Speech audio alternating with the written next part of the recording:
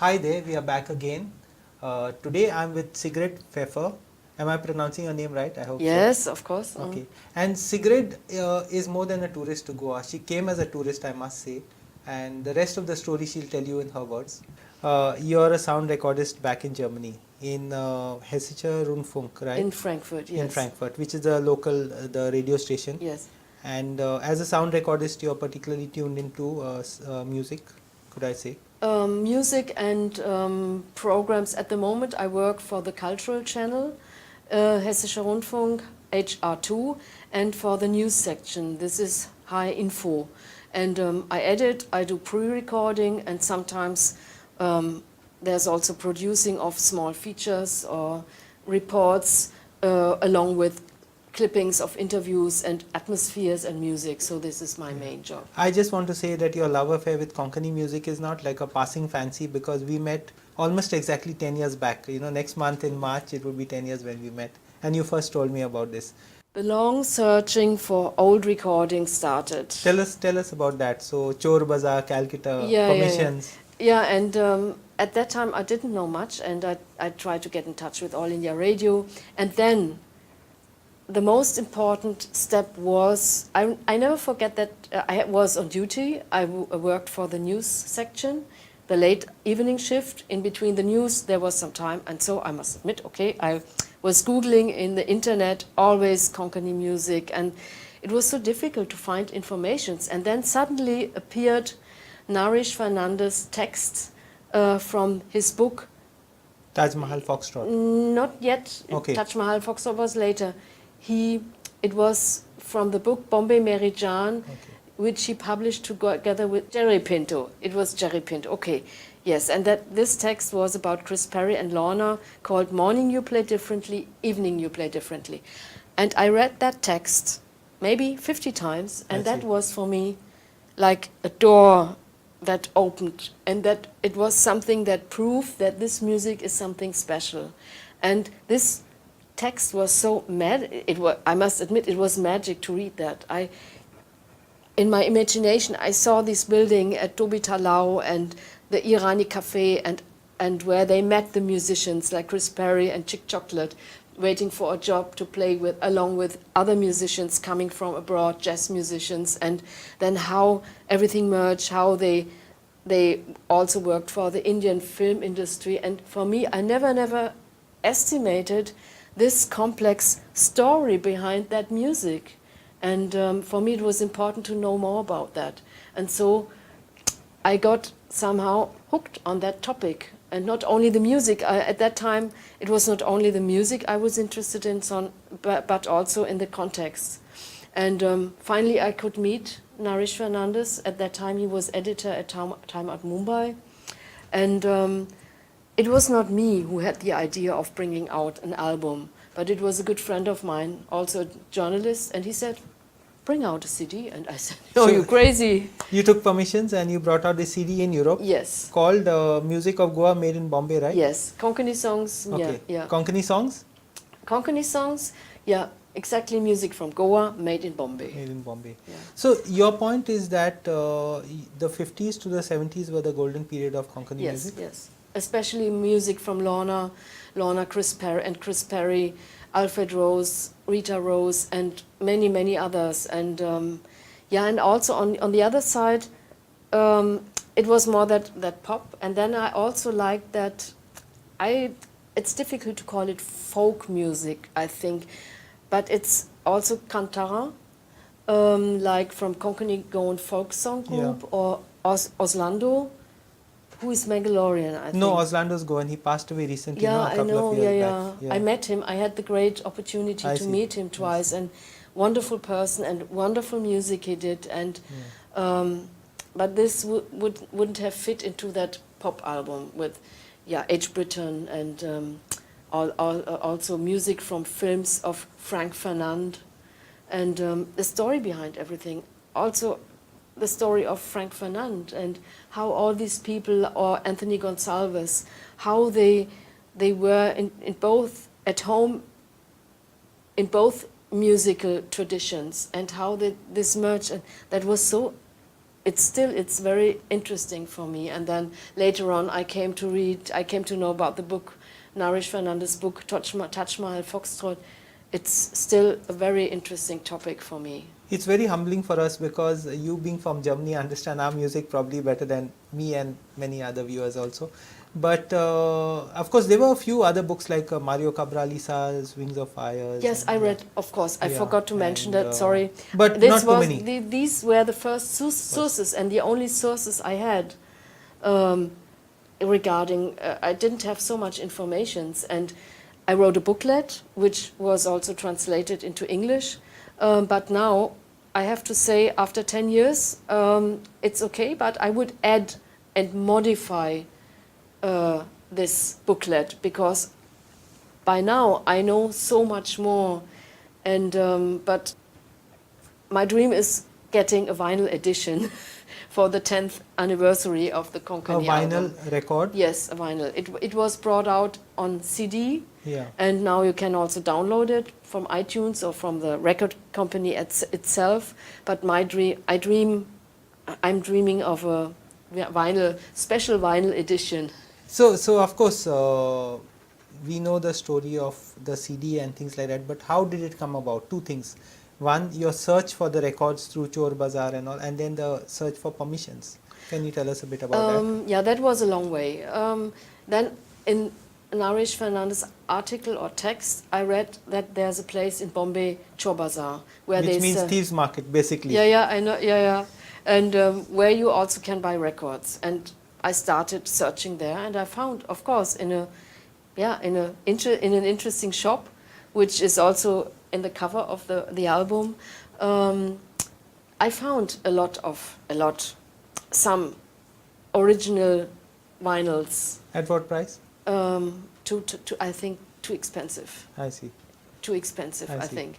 And then, as soon as the record company, it's a small but a very good label in Munich, Trikont, called Trikont, they agreed to publish a compilation with the because she heard it and they loved it. And so I had to get the permission from HMV or Saregama, and this was not a problem at all. I've got permission, and they also sent me the audios, which I could use for the album. Sigrid, I remember you telling me that Konkani music struck you like, say, Cuban or Balkan music, where you don't understand the music, but you fall in love with it in a way, because it's like universal, it has a universal appeal. Is that true still? Of course, yeah, of course. It's a mixture of everything, and it was interesting before I published the CD, for example, when I was on duty in the news section. Yeah. Sometimes I played some tunes to my colleagues, and I asked them, what do you estimate, where could that come from? Yeah. And nobody. I see. India? Nobody. I see. And one colleague of mine, she's also a musician, she said, this is like as if the Buena Vista Social Club went to the Balkans. I see. It was not me, it was her idea. Buena Vista Social Club is a big name, no? In that sense. Yeah. So from here, what next? What are your future plans? I have a lot of plans and a lot of ideas, of course, which are too big for my boots, but still. You can grow into it, don't worry. I try my level best. At the moment, I do research on contemporary Indian independent music, off the beaten tracks, outside the Bollywood circuit, where most of musicians can make their living out. And but these are musicians. For example, there's a female punk band in Delhi. There are a lot of rappers all over India, and they sing they rap in their local languages. And jazz, very, very sophisticated, very elaborated jazz. There's a band in Delhi. And I came across that I've been doing that since maybe 6-7 years, because I feel that it's so exciting what is happening at the moment in the more or less subcultural musical area. And I try to do something. I have something in the pipeline, hopefully. I'd like to do some programs, and there's so much to do. For me, I see it more and more in a big frame. I see the history of early jazz in Bombay. I saw the exhibition 2007 with all these wonderful, magic black and white photographs, where, for example, Chick Chocolate played, or Lucilla Pacheco with Duke Ellington. It's magic, and my dream is to show that in Germany and to invite Naresh to speak about that, because there are parallel stories in Germany when, after the Second World War or before, jazz came to Germany.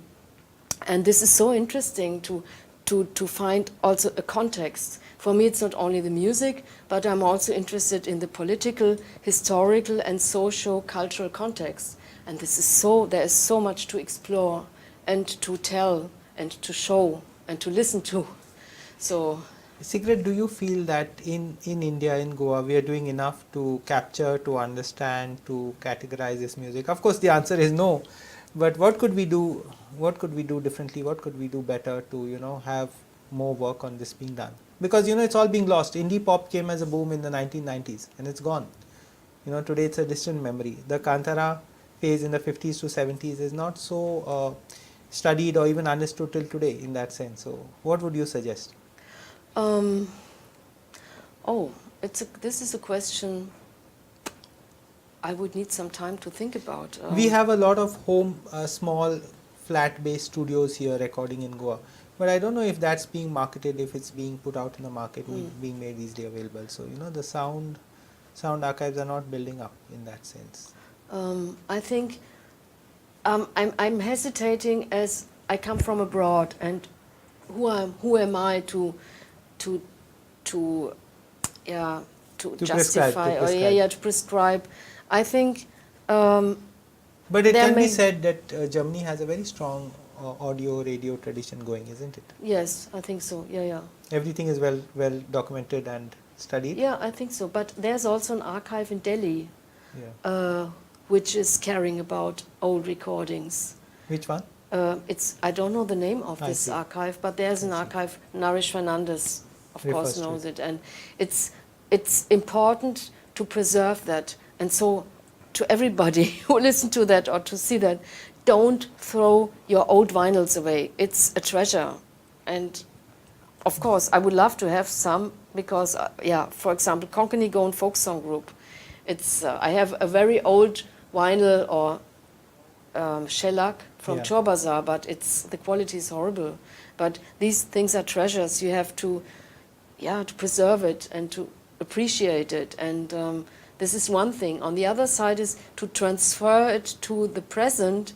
I think it's not only that to copy it, to make cover versions of it, but to find an own style of music, own style, and not necessarily disconnected from old traditions, but there's a lot going on in the music scene of the beaten tracks all over India. So Sigrid, you were talking about how you first discovered Konkani music, which happened by accident when you were on holiday in Goa, right? Yeah, it was in a hotel, off-season after a tour in Rajasthan. We sat there, we were three, and at once a music came to my ears. It was rather empty because it was off-season, and the staff didn't listen to that or didn't play the music you normally would hear in a hotel, what you hear all over the world in hotels, but they listened to the local radio station, which was All India Radio Panjim, and there was a program going on, and I didn't know what it is, but I heard this music which sounded, on one side, rather familiar to me, Western tunes somehow, but difficult to locate. Sometimes it sounded like from old tunes from Jamaica, or from Cuba, or from Eastern Europe, and it was but I really, really fell in love with that music, but the language was not familiar to me at all. Of course, I know how Hindi and other Indian languages sound like Malayalam or Tamil, but this language was completely new for me. And then I went to the staff and asked them, "What is this?" And they were a little bit surprised that somebody will ask for the music, and they said it's Konkani music. which was not yet really specific, because there's Konkani music in the Hindu tradition and also the Kantaran in the Catholic or Christian tradition. And then I tried to get old recordings. So they were a bit embarrassed when they were telling you as if they were passing it off. I remember you saying that. They were surprised. They were surprised that you were interested. Yes, they were surprised. This is something that we locals are into, not you. You are not supposed to be into it, kind of thing. Yeah.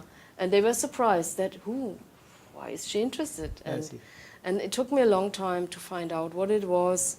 It took me a long time to get access and to get in touch with All India Radio. And at that time, I was a little bit shy to ask. My English was very poor at that time, and speaking on the phone to somebody still is a challenge.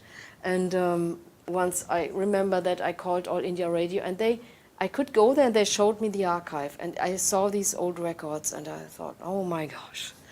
They were also at that stage, I mean, your credentials were not proven as yet, so people were wondering, why is this person interested in our music, what is she going to do with it? And now subsequently it's gone a long way, and you've come out with your CD, which is marketed in Europe, not for commercial reasons, of course. But now you feel that, 10 years later, you feel you've gone quite deep into it, I would say. Yes, I think so, because the more I got into it, the more I became aware that it's a very complex story. The context is very complex, and it was so interesting for me to know about that and to meet people. I have hours of interviews, and how many hours? 5, 6, 7, and it was so interesting to listen to all the people who could tell me more about that. And then I remember in the very beginning, because I haven't had the opportunity again to listen to the program, and I came to Panjim, and then there are these bars, a little bit dark, mostly men, a little bit, shady. Yeah. And then there was a lady who worked there, and she was completely. When I came in and asked, you listen to that? What kind of music is that? And she also, that's All India Radio. I see. And she told me it's a 1-hour program, several times a day, and I never forget that. Because all men, they stared at me. You're the wrong gender, and you're the wrong race, and you're the wrong everything. Completely in the wrong place. In the wrong place. And but now it took me a long time to get access, to find the right people to show that, and then finally. I remember your 1-hour program, which you put on the radio station. I listened to it. My knowledge of German would be maybe 2 or 5%, but I really appreciated the way the music was interwoven with the commentary. How did that program go, and how long did you take to make it? And I did it because I work full time as a sound technician, and beside my job I did that. Sometimes I remember I was sitting and writing until 4 o'clock in the morning, and I had these clippings of interviews. This was my advantage as a sound technician. I was able to edit everything on my own. wow. So all the interviews, I know it had to be long like that. I found people who did the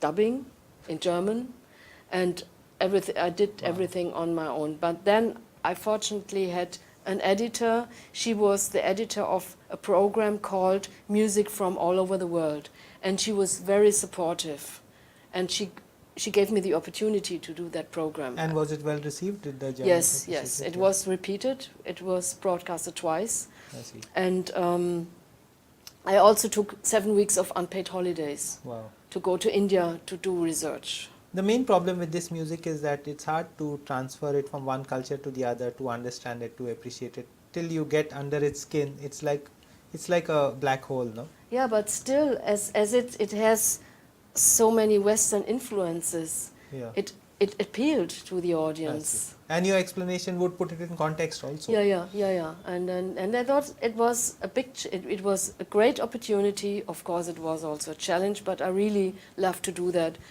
And thanks to the help of that editor, Cornelia Rost is her name, and Eberhard Betzer, who was the producer. And I never forget the night. It was 2 o'clock in the morning when we finally had finished the final editing. It was a lot of work. It's still somewhere online, no? The program. How do you find it? It's not online. No, it's not anymore. No, not anymore. It's not. No. That's a pity. Yeah, Anyway, but maybe I could ask if it's possible to put it online so that it True. could be available for somebody. And also the album, it was made for the European market, and it was difficult. I tried my level best, maybe to give the people here the opportunity to buy it, but cost and other factors yeah. were the issue. these By details. the time you translate cost, it's unviable. But here's a lady. She maybe there's a person who travels to Germany sometimes. They can make an order, a collective order. I see. Maybe order 30 copies. yeah, bring yeah. it to India or to True, Goa. true. So that could be a possibility. Because it would help. It would True. help to continue. Because I still have some old records at home, I see. which I bought on Chobazar, and there's still. How many records do you have now on Konkani music? 15. 15. And there's the small ones. Yeah, 45 RPM. 45s and some LPs. 32. And at the moment, I would like, yeah, of course, I'm open to get some 45s because they are Yeah. also the cover. I like the cover design. Thank you so much for sharing your time and giving that message and the optimism which you bring with you.